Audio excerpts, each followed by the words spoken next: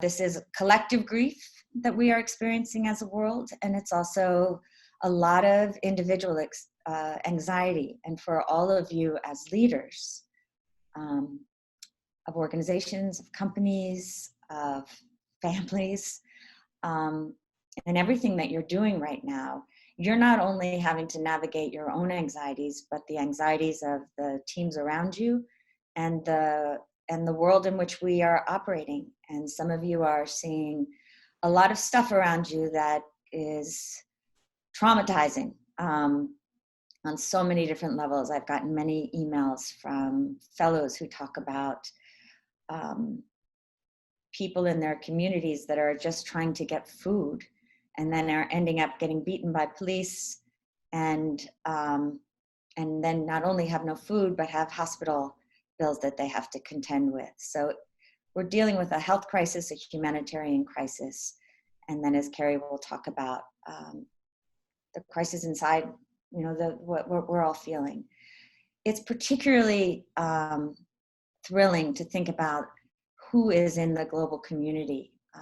And Kerry is someone that's been with us for a long time as a global advisor to Acumen, and an incredible advisor to me personally and to our senior team. He's trained as a psychoanalyst and a psychiatrist, founded and is the managing director of his company, the Boswell Group, and is an advisor to some of the world's most prominent CEOs, helping them understand high stakes leadership, managing through crisis, culture, and the more mundane but incredibly difficult things like mergers and acquisitions, so the real business pieces as well. And so when this all happened, I reached out to Kerry and asked if he would have a conversation with our community, because I think there is no better. He's been committed to the nonprofit sector as well, former chair of Physicians for Human Rights, and was recently elected as president of the American Psychoanalytic Association. So it's a deep, deep honor to introduce and welcome Kerry Sulkowicz, friend, advisor, brilliant partner in building this work. So thanks, Kerry. Thank you for inviting me. It's an honor to be here. And it's great to see all these faces. And I do want to hear some voices later on too. So I'm looking forward to that. But thanks for asking me, Jacqueline. Thanks. So I really just want to start, because the language that you use, and in some of the interviews I've watched you do that is so provocative, is about this idea that we are facing two pandemics simultaneously right now. One, to get a deeper understanding of what you mean by that, what that does to us, and what is the role of moral leadership in this time particularly. Yeah, well, that question or questions that you just asked, Jacqueline, could take all half hour that we have, but I will try to be brief. But I do think it's important for all of us to be thinking about the emotional side of what is going on here, in addition to the viral side, and to raise awareness. I think it's particularly important for people on this call who are in positions of leadership. So I think this is not just a metaphor. When I talk about a pandemic of anxiety, it's real. And let me explain what I mean and what some of the implications are. And I think you talked about high stakes leadership earlier. I mean, I can't think of a time when the stakes of leadership have been higher. And so the question of moral leadership, we will certainly engage that topic, because it is hugely relevant right now. On the pandemic of anxiety, what I mean by that is that there are two pandemics. There's clearly a pandemic of coronavirus, but it is making the world and all of us in it very anxious. We deal with anxiety in a range of ways. There's not one way that each of us manifests or expresses our anxiety. But I think that one of the important things is simply to heighten awareness among all of us in positions of leadership that it exists, to understand both where it comes from, but also to have some understanding of what its implications are for leaders and for all of us. So let me just say something about that. And if any of this sounds like I'm stating the obvious, please forgive me, but I think it is worth calling attention to it. So, clearly we are anxious about the virus itself, about getting ill, and many of us have either had it or know people who have had it. The scope of this is so vast, Jacqueline, that all of us, if we haven't been touched by it already, undoubtedly will. So one is a fear of the virus itself. a fear of the devastating economic and social consequences of the virus, I would say, is also an enormous source of anxiety. And frankly, a third, and I'm not going to be able to cover the map of all of this, but a third source of anxiety is the sheer uncertainty of it, and not knowing exactly how it's going to play out and when it will start to resolve and so on. I've been asked in some interviews that I was doing earlier in New York this week about how it compares to 9/11 or other disastrous events, and not in any way to diminish the consequences of those events, but those events, terrible as they were, happened on a day, and then of course the aftermath took years to cope with. But this one is still unfolding, and it is in some ways more akin to a war than it is to a disastrous event that happens on a day. It's almost as though it's a kind of unseen enemy, this virus, if you will, that people are very anxious about. But why is this important? Well, and this is really what I wanted to get into. There's a spectrum of how people deal with anxiety. On one end of the spectrum, I would describe just outright denial, kind of burying one's head in the sand. That is clearly not adaptive right now. It's downright dangerous to be in denial of the seriousness of this pandemic. On the other end of the spectrum, I would describe outright panic and hysteria. And those are extreme emotional reactions that also are not helpful, to say the least. And somewhere in the middle, although I must say it's hard to locate where that middle is, there is a normal and healthy amount of anxiety that people are feeling. And I think that's normal and healthy because that's part of what fuels us, particularly in positions of leadership, to take the appropriate action to protect the people that we are responsible for and ourselves. To put an even sharper point on it, on the pandemic of anxiety, I think that we need to be aware of the fact that anxiety has some very specific effects. One of them is that, especially if we're not tuned into our own anxiety, it can interfere with our ability to think clearly and to perceive reality accurately. And if you think about that, those are two of the essential factors that allow us to make sound decisions. If we can't think clearly and if we can't perceive reality accurately enough, and these things are hard to do, then we're not going to be making the best decisions for the people that we are responsible for. So that's one. And then the other, and in a sense you touched on it in some of your opening comments, Jacqueline, is that anxiety naturally, but in a way very unfortunately, focuses our mind, if we're not cognizant of this, it focuses our mind on the very here and now. It focuses our mind on how do we make sure we have enough food to eat for the next few days, on how am I going to get by or get the organization that I'm leading by over just the very near term. And it crowds out other kinds of thinking that I think are essential for leaders right now. Two that occur to me are so important to emphasize. One, it crowds out longer term thinking, future-oriented thinking. And that's critical for leaders to do for a couple of reasons. One is because, well, fortunately, we will get through this crisis eventually. We're in the early days of it, unfortunately, now.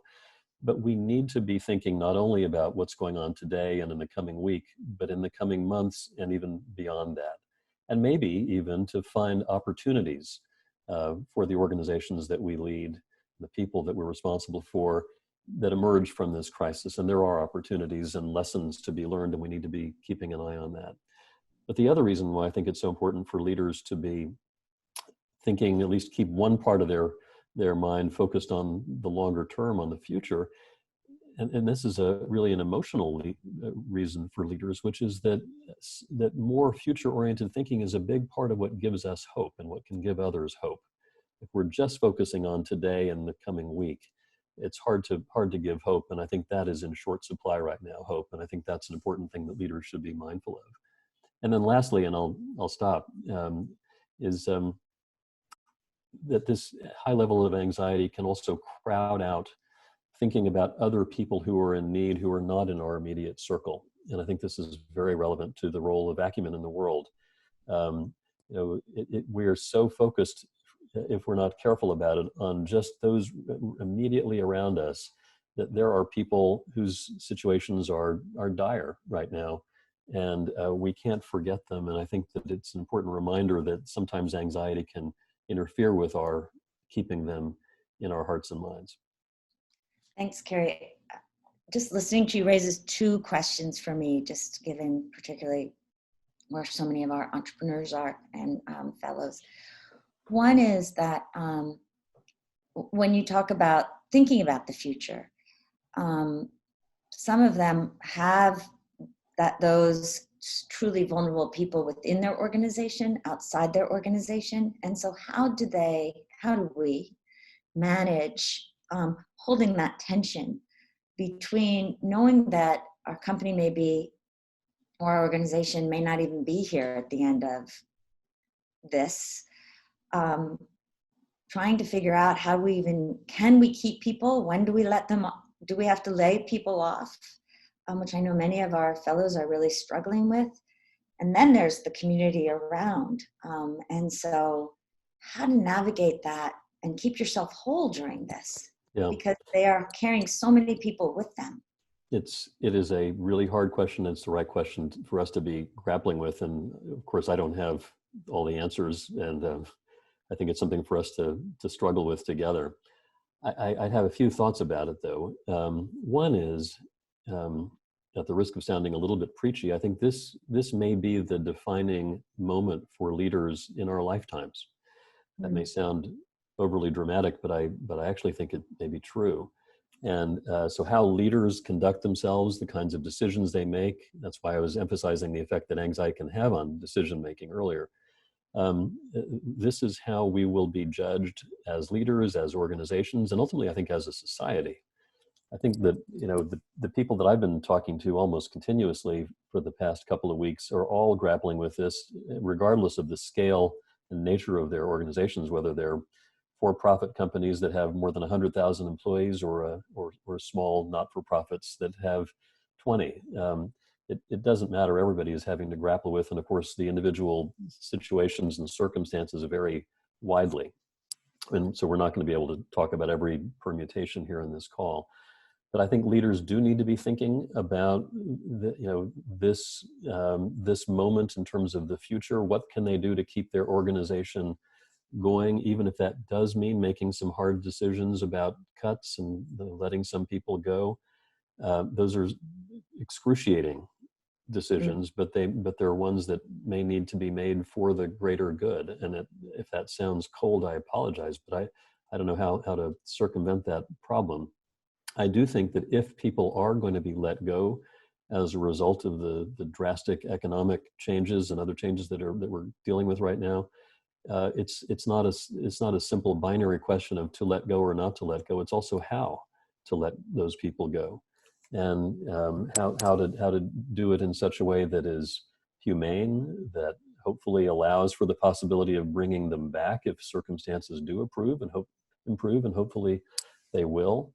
To do it in a way that is emotionally authentic, rather than coming across as cold-hearted. I think that putting people's safety and first has got to be what leaders do, followed by trying to maintain the sustainability of an organization.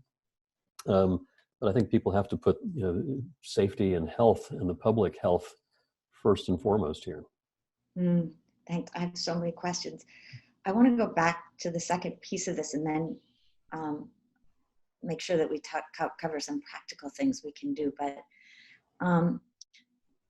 when you talked about hope before, that it was a leader's responsibility to bring hope, and I fully agree. I think that this time of crisis is a time for leadership, and that we have to hold the reality of now, the moral imagination, and think about the future. But we're seeing a number of our political leaders, at least, give what I wouldn't even call hope, but the sense of false optimism. Like, don't worry, it's going to be fine.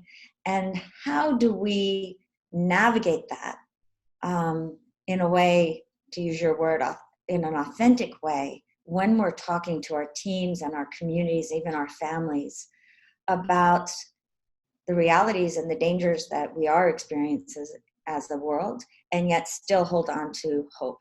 Yeah. What is that balance? So, you know, it's a great question. It goes along with the idea that leaders of all sorts, both national and local, both political, business, NGOs, et cetera, are all being closely scrutinized right now. And I think you're right. I think there have been some tragic failures of leadership at some of the highest levels of government that we've been seeing. I don't think we need to name them all here. I think everybody has seen them and knows what we're talking about. I think giving, leaders need to be giving hope, but not hope that is removed from a solid grounding in reality. I think both being rooted in reality and giving hope is what leaders do. If they do one or the other, it's insufficient.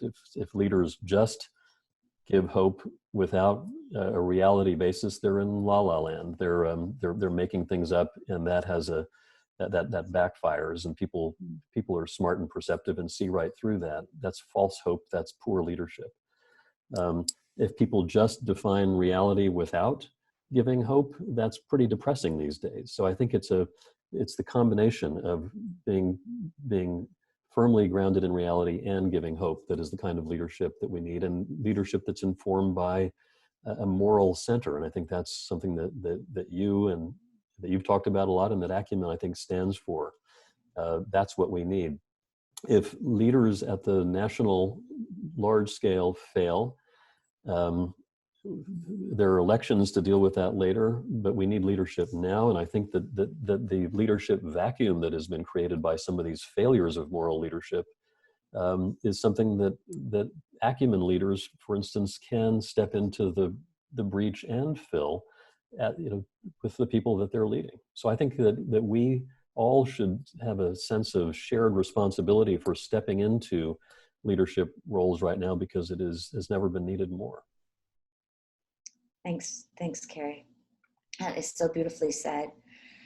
As someone trained as a psychiatrist, as well as someone who's really working from a leadership perspective and an organizational perspective, what are some of the practices that leaders can integrate into themselves so that they can be as grounded as needed for their communities right now? Sure. I definitely have some concrete ideas about that I'd like to try to share. But maybe during the breakout groups, others can talk about that too, because I think we need all the ideas that we have. Leaders need to be communicating a lot right now. They need to be emotionally present, even if they're physically remote. They need to be communicated by a lot. There's no magic number, but I think that leaders should be speaking with their organizations at least every week, if not more frequently, depending on the circumstances. Ideally, leaders should be using these kinds of virtual technologies like what we're doing here, Jacqueline, with Zoom, to communicate, precisely because people are going to be increasingly deprived as this crisis wears on of the visual contact with their leaders. And so I think all modalities are useful, but I think it's so important to be seen, albeit using these kinds of technologies. I think if leaders are tempted to say something that sounds overly scripted or sounds like it's been written by the marketing department, they shouldn't say it, because it needs to be from the heart. It doesn't have to be polished. Some leaders are more naturally gifted at speaking than others. It doesn't matter. I think people want to hear their leaders put safety first, and then to talk about the reality that they're dealing with, and what they're doing to try to sustain the organization. But to what we were saying a moment ago, if that also means some hard decisions, they need to be telling the truth about that too. We need the truth. People want to hear what's really going on, not what, some kind of spin. I think leaders also should be, there's always a permission granting dimension of leadership. And I think that leaders right now need to be granting permission for people to work virtually if they can. They also need to be very careful that the so-called essential workers who don't have I'm reluctant to call it a luxury, but the ability to work virtually, that we don't inadvertently create a kind of two-class system of workers in which there are some who are able to work virtually and others who have to go in on the front lines, whether it's healthcare or manning buildings or because of their economic circumstances or living in really difficult circumstances. So we need to be very tuned into not creating different classes of people.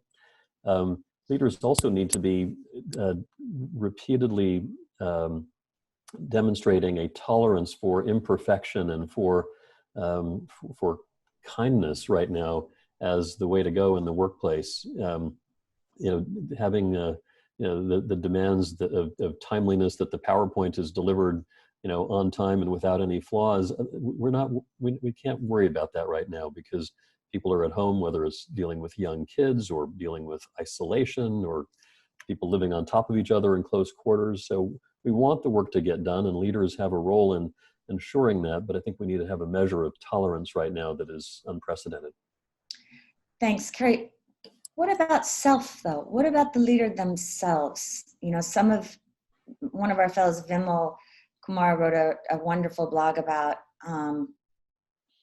what does it mean to be untouchable in the age of social distance, that in India and Pakistan and really all of our countries, there already is that other class.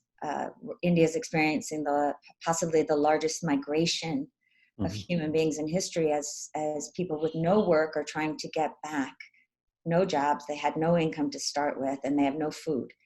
And so how do you keep yourself whole so that you can confront these? And then this morning, Kerry, a terrific leader called me essentially just to share that he'd been up in the night with this just deep sense of anxiety, and he didn't even know where it was coming from, that I do think is about this collective almost foreboding that something bad may happen.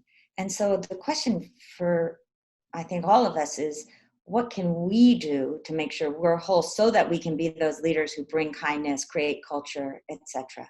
Yeah. First, we need to take care of ourselves. If we're not taking good enough care, not perfect, good enough care of ourselves, then we're not going to be very good leaders for others. It's one of the reasons why I think it's so important to be mindful of our own anxieties and depressive feelings and so forth. And we're all susceptible to that. Nobody is invulnerable. I do think that that being an active, engaged leader right now, it can also be a source of enough gratification to make it feel so important and worth it to be taking care of others. And there may be some silver linings that come out of this pandemic. It's hard to see, but that's why I was urging a bit more of a future orientation.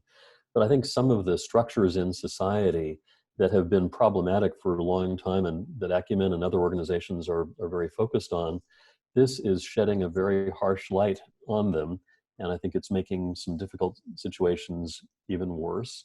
But I think as we go through this, it may cause us maybe finally to rethink some of these structures in society and to challenge them even more definitively, more aggressively. I sure hope that's one of the things that comes out of this. I could not agree with you more, and I actually think it's the moment for Acumen to lean into that sense of moral leadership.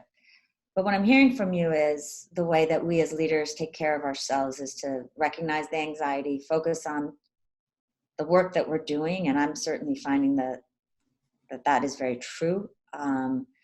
That sense of purpose in and of itself can be an antidote to anxiety. Are there other just simple tools like meditation or other ways to just ground when you can feel yourself getting breathless or overwhelmed with empathy or grief at what you're seeing in front of you that people can do? Yeah, look, everybody may have their own ways of coping with anxiety under relatively normal circumstances, and these are anything but normal. One thing I would say, if meditation has been helpful to one in the past, then by all means, do it now. If talking to a friend or a loved one about what you're feeling has been helpful in the past, and generally that is, I would urge people to do that now. Now is because of the physical distancing, and by the way, I prefer the term physical distancing to social distancing because we actually need social closeness right now. It's the opposite. We need social closeness, and we need to use these kinds of technologies not just to conduct meetings, but to talk to each other or to, have a virtual lunch over Zoom. But to share those kinds of feelings, it's now is the best time I can think of to share one's feelings and make oneself more vulnerable than leaders might ordinarily feel comfortable with or accustomed to. So just talking about how one is feeling in isolation or dealing with kids while trying to work, what have you, talking about it in and of itself can help. There are some external resources out there, but I think this is a time when probably self-reliance and reliance on those in our circle of friends and colleagues has never been more important. And we need to think about being part of a community. And the Acumen community is an extraordinary community. And now is the time for people within Acumen to talk to each other about how they're feeling. Ask each other when you call, not just, how are we dealing with this problem with this portfolio business, but start each conversation with, Jacqueline, how are you feeling? How are you doing? How are you coping with this? So those little things make a big difference. I'm going to ask for people to put into the chat both questions you might have as well as offerings for what you would do, what you're asking other people to do. And I'm just going to call on a few people randomly based on the chat and see if we can hear you in terms of something that came out of the session and or a question. Well, actually something that came out of the session and a question for Kerry or a question for Kerry. And I'm going to see how fast we can go. And Shiza, our current board chair, why don't you start? I think we really, in our group, quickly talked about how Acumen has provided a community for people to be able to connect when they just came into this less than a few weeks ago and are already feeling this way through the video of being able to have, even in isolation, a beautiful community to connect to. Thank you. Thank you. Maria del Mar from Spain. So Maria del Mar here was actually saying that she's using this time to really connect with herself and be calm and connect with her inner wiseness and trying to connect with the reality from that calm perspective and looking at reality from very different angles, like a polyedric image. I love that. I do too. Habiba Ali.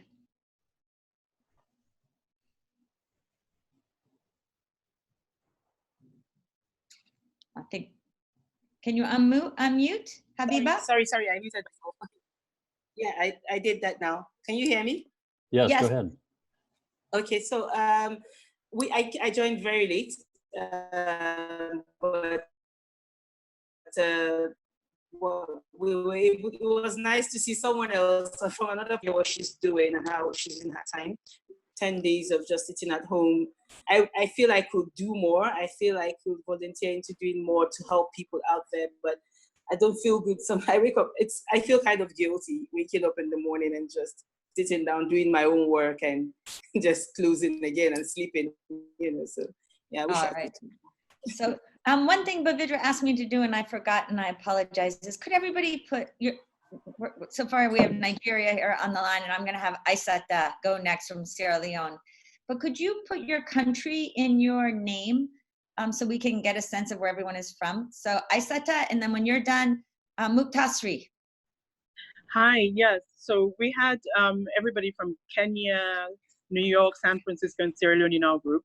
So even that global conversation was so thrilling. We're all going through the same thing in different locations. So I think a meeting like this is really, really important to see what we share and how we can share experiences and lessons. And the focus of everybody is really about small communities and small workers. Somebody mentioned the daycare worker. So even though her child is home now, she's still paying the daycare because it's a small business and otherwise they'd be out of business, which I thought was so thoughtful.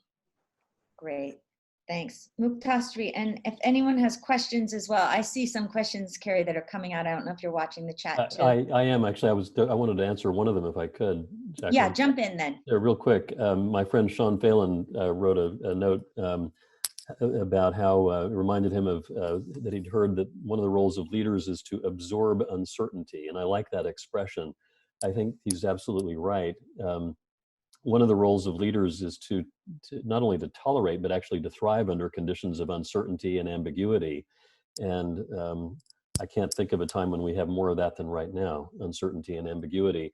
But I would add that not only do leaders need to operate under those kinds of conditions, but one of the ways of doing that is to not feel that they have to be doing something every moment. And sometimes the role of leaders is actually because we don't really know how to deal with some things sometimes, that sometimes the thing to do for leaders is to not only absorb it, but sleep on it and think about it and ask for advice and reflect the questions back, rather than feeling that they have to be in action mode all the time. That can be the best form of leadership at times of such high uncertainty. Thanks, Kerry. Muktasri. Hi, I'm from Bangladesh. So our breakout room actually started when the 4 minutes were already passed, but the rest of the 4 minutes, what we discussed, I'm going to just talk about that. So we talked about that, how this pandemic actually came as a shock. We were hearing about it, but nobody thought that it's coming to our country, our home and everything.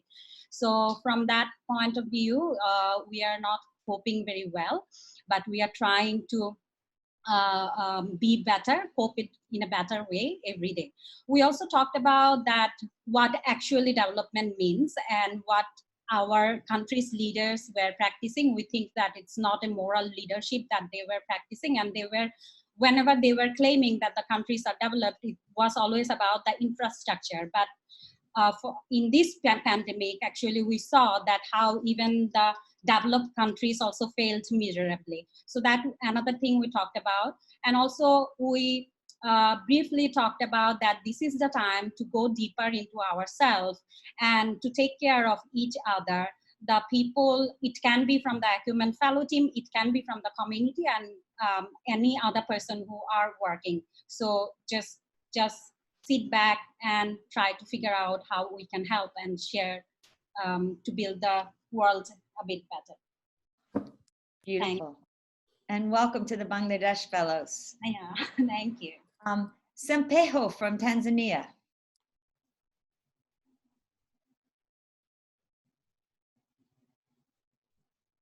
Maybe muted. You may be muted. Right. Yeah, now you can hear me. There you go. Yes, we had a wonderful discussion here with the colleagues, and one of the very important point that was made is that if something can be broken, there are chances of building it again. And so that brings a hope in us that despite the challenges and the pandemic has brought into our operations, we still hopefully that there are chances of us being there and see how we can build what has been broken now. Yeah, so that's it. That's beautiful. And this idea of fear not, I want Laura Ruiz as well. And then Kerry, I'm going to turn it to you to talk about the role of fear and fearlessness. Just to give you a heads up, but looking at all these comments, Laura, fear not. Well, this actually didn't come from me, it came from David from Germany. And he said that that was the philosophy he was holding into, because he knew if he could hold into that, then and continue thinking on the future, then he would be able to cope with it. And it really stuck with me, so I just wanted to share. Beautiful. So Kerry, what is the role of fear and fearlessness? How do we navigate that? Yeah, I know we're going to. Can I answer one other question that I just read first, Jacqueline? You certainly can. Okay. These last minutes are really yours. Okay, a lot to say. And Laura, who just spoke, I was in her group just a few minutes ago. It was great. One question that I just read on the scrolling screen here was about the role of how the fear of the virus is the biggest problem. I think the idea about this pandemic of anxiety seems to be resonating. And one question was about the role of fake news. And so one other tip that I should have said something about when you asked me earlier about tips for dealing with the anxiety, Jacqueline, is it is tempting but a terrible idea to get sucked into all the social media and spend hours and hours a day reading the news and online and social media accounts. It's tempting, but it actually contributes to, rather than alleviates, this pandemic of anxiety. So what I would recommend for people is, pick one or two credible news sources that you check once or at most twice a day. Read them, because obviously people should be informed, but that's enough. And if you're tempted out of the goodness of your heart to keep forwarding articles to your friends, I would resist that temptation because it's just not helpful. It fuels the anxiety. And there's a lot of misinformation out there that gets spread that way too.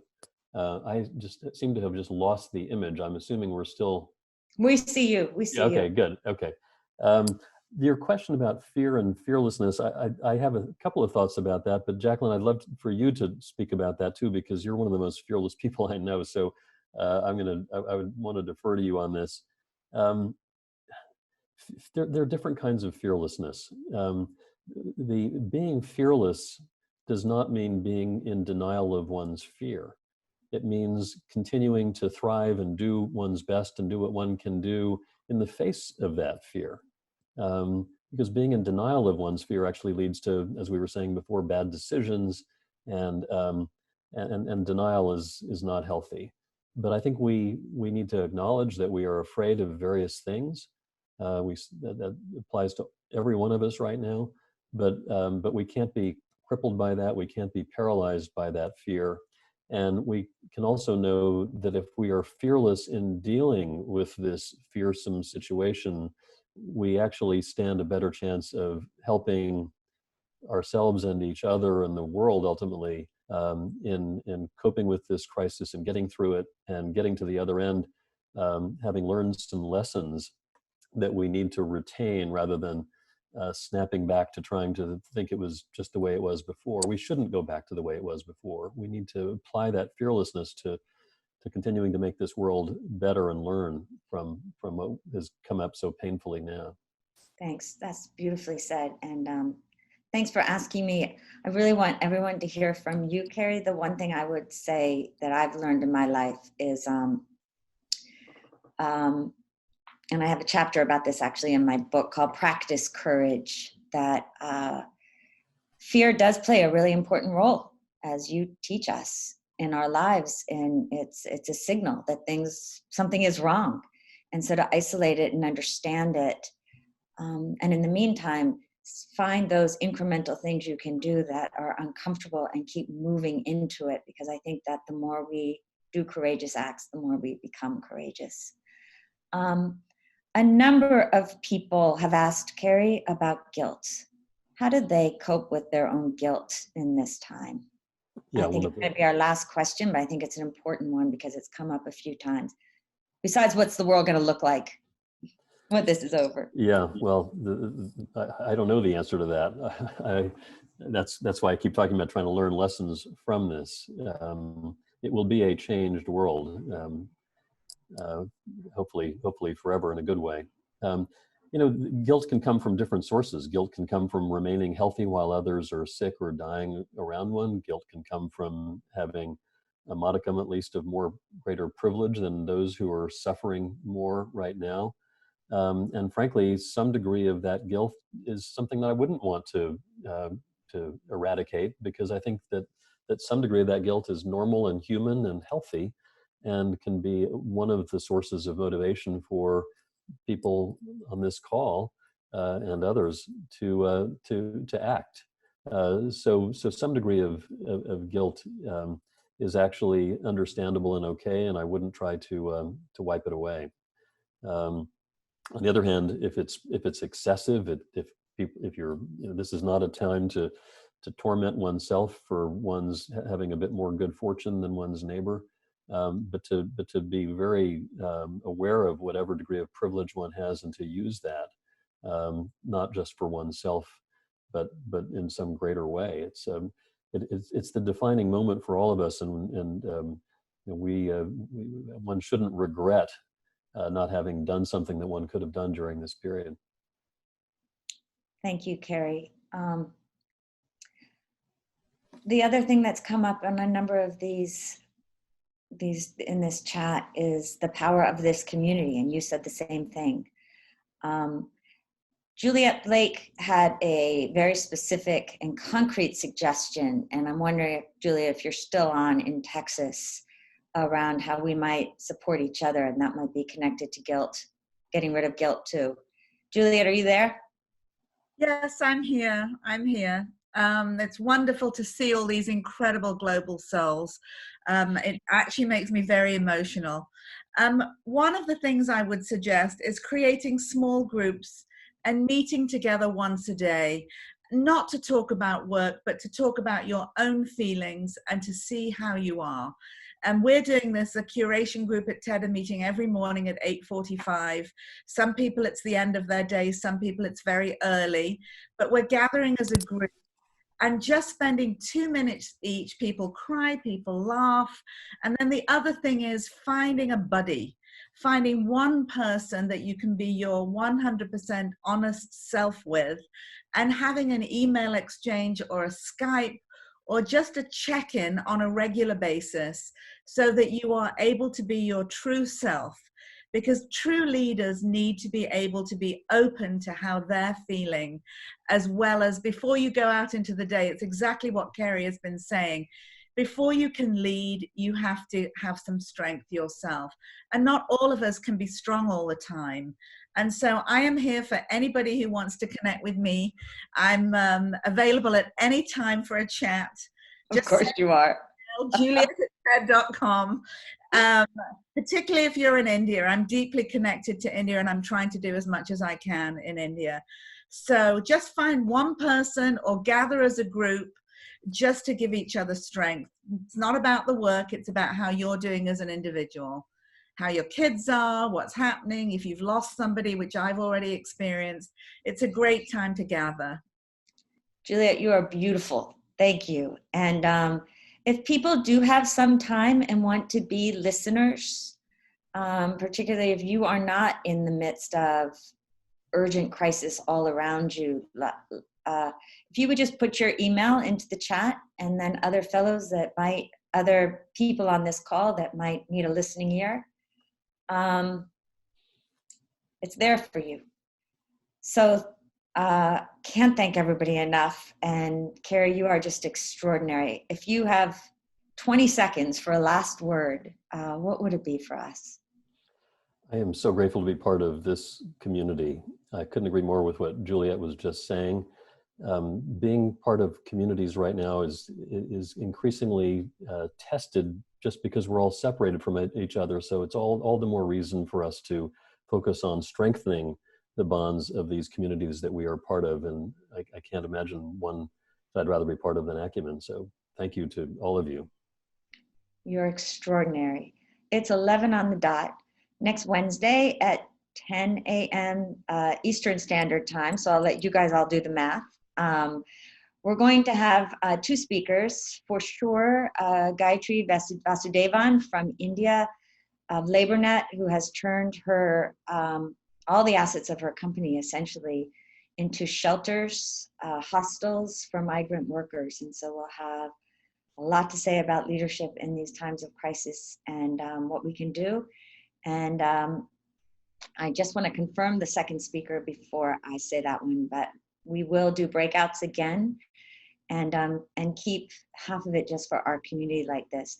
If you have feedback to give us, please send it to Maureen, my great support here, Maureen Klein, M. Klein. Maureen will put her email up in chat. Just give us feedback. And now if you would just unmute for 10 seconds to say goodbye, listening to everyone's feedback. Here comes the global cacophony, and put your thing back on gallery. Bye, everybody. Bye. Bye, everyone. Is this the right room for an argument? Stay healthy, everyone, and know that you have love all around you.